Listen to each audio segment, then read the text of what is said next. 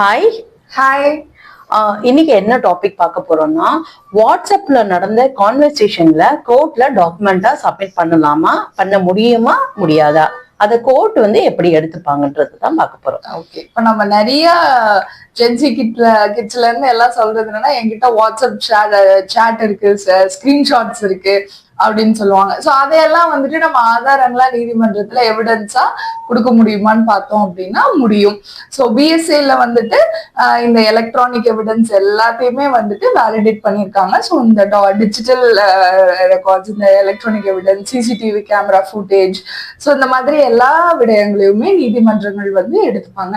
ஆனால் இந்த WhatsApp chat எல்லாம் நம்ம நீதிமன்றத்துல கொடுக்கணும் அப்படின்னா சில விடயங்கள் இருக்கு, சில ப்ரொசீஜர் இருக்கு. அது இப்ப மேம் சொல்லுவாங்க. சரி, இப்போ நீங்க இன் கேஸ் உங்களுக்கு கான்வர்சேஷன் இது ஒரு பணம் சம்பந்தப்பட்டமான விஷயம், ஒரு சிவில் டிஸ்பியூட், மணி டிஸ்பியூட்ஸ்னு வச்சுப்போம். இப்போ உங்களுக்கு பணம் கொடுத்ததுக்கான ஆதாரம் இந்த வாட்ஸ்அப் சாட்ல தான் இருக்கும் பட்சத்துல நீங்க இதை எவிடன்ஸா சப்மிட் பண்ணும் போது இதுதான் உங்களோட பேங்க் டிரான்சாக்சனை கொடுத்துட்டு இதை நீங்க எவிடன்ஸா கொடுத்து திருப்பி பிஎஸ்சி சர்டிபிகேட்டோட கொடுக்கும் போது கோர்ட் கண்டிப்பா இது ஒரு ஆவணமா எடுத்துப்பாங்க. சோ நீங்க கொடுக்கும் போதே இந்த ஆவணத்தை பிரைமரி எவிடன்ஸ்லயே சப்மிட் பண்ண போறீங்களா இல்ல செகண்டரி எவிடன்ஸ்ல சப்மிட் பண்ண போறீங்களான்றதையும் முதலே தீர்மானம் பண்ணிக்கலாம்.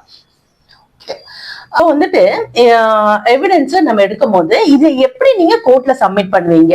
ஒரு வாட்ஸ்அப் சாட் நடந்துட்டு இருக்கு. நான் வழக்கு தொடுக்கப்பட்ட டைம் பல வருடங்களுக்கு முன்னாடி இந்த டைம்ல தான் எனக்கு அந்த வாட்ஸ்அப் சாட்டை நான் சப்மிட் பண்ணணும்னு முடிவு எடுக்கிறேன்னு வச்சுக்கோங்க. அப்ப நான் யூஸ் பண்ண அந்த மொபைல் டிவைஸும் இப்ப வச்சிருக்க கரண்ட் இருக்க மொபைல் டிவைஸும் வேற. அப்படி இருக்கும் பட்சத்துல நீங்க ஒரிஜினல் டிவைஸை சப்மிட் பண்ண உடஞ்சிருக்கலாம் இல்ல தொலைஞ்சிருக்கலாம். அப்படி இருக்கும்போது ஆனா இந்த கான்வர்சேஷன் நடந்தது உண்மைதான். நீங்க அந்த மொபைல் இந்த மொபைலுக்கு எடுத்தோம் நீங்க ஒரிஜினல் இருக்கும் பட்சத்துல கண்டிப்பா கோர்ட்டுக்கு இது இந்த டிவைஸ்ல இந்த டைம்ல இந்த இடத்துல நான் எடுத்திருக்கேன்றது அந்த ஸ்கிரீன்ஷாட்ஸ் எல்லாமே நீங்க கோர்ட்டுக்கு ஆதாரமாகும். இதுதான் ஒரிஜினல் டிவைஸ்ன்றதையும் ஒரிஜினல் நீங்க தான் அப்படின்றது ப்ரூஃப் பண்ண பட்சத்துல கண்டிப்பா கோர்ட் இதை ஆதாரமா எடுத்துப்பாங்க. இது இப்போ இவ்ளோ டிஃபரன்ஸ் இருக்கு இல்லைங்க. டிவைஸ் சேஞ்ச் இருக்கு, ஸ்கிரீன்ஷாட் ஏதாவது மாடிஃபிகேஷன் நடக்கலாம், ஏதாவது எடிட் பண்ணிருக்கலாம். அப்ப இது பிரைமரி எவிடன்ஸோட வெயிட்டேஜ் விட ஆமா செகண்டரி எவிடன்ஸா தான் இது கோர்ட் கன்சிடர் பண்ணுவாங்க.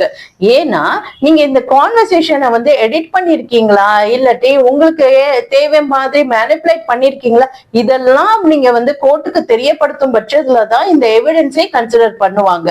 சோ நீங்க ஒரு வாட்ஸ்அப் சாட்டை மட்டுமே நம்பிட்டு நீங்க உங்க கேஸுக்கான ஆதாரங்க எங்கிட்ட இருக்கு, இதை வச்சு நான் ஜெயிக்க முடியுமான்னா பல ஆதாரங்களை திரட்டி இதுவும் ஒரு ஆதாரமா சப்மிட் பண்ணும்போது கண்டிப்பா உங்களோட கேஸ் வின் பண்ணிடும். அதாவது இதுவும் ஒரு சப்போர்ட்டிங் எவிடன்ஸா இருக்கும் ஒழிஞ்சு முதன்மையா இதை மட்டுமே வச்சு வின் பண்ண முடியுமான்னா கிடையாது. இத பத்தி உங்களுக்கு ஏதாவது தகவல் தேவைப்பட்டுச்சுன்னா கமெண்ட் செக்ஷன்ல கமெண்ட் பண்ணுங்க. தேங்க்யூ. இது சார்ந்து வேற எதுவும் உங்களுக்கு டவுட் இருக்கு அப்படின்ற பட்சத்துல எங்களோட கமெண்ட் பாக்ஸ்ல கேட்கலாம். எங்களோட free legal eight number display பண்ணிருக்கோம். அதுலயும் நீங்க கால் பண்ணி உங்களோட டவுட்ஸை கேட்கலாம். எங்களோட வீடியோஸ் பாக்குறதுக்கு சேனலை சப்ஸ்கிரைப் பண்ணுங்க, லைக் பண்ணுங்க, ஷேர் பண்ணுங்க. தேங்க்யூ.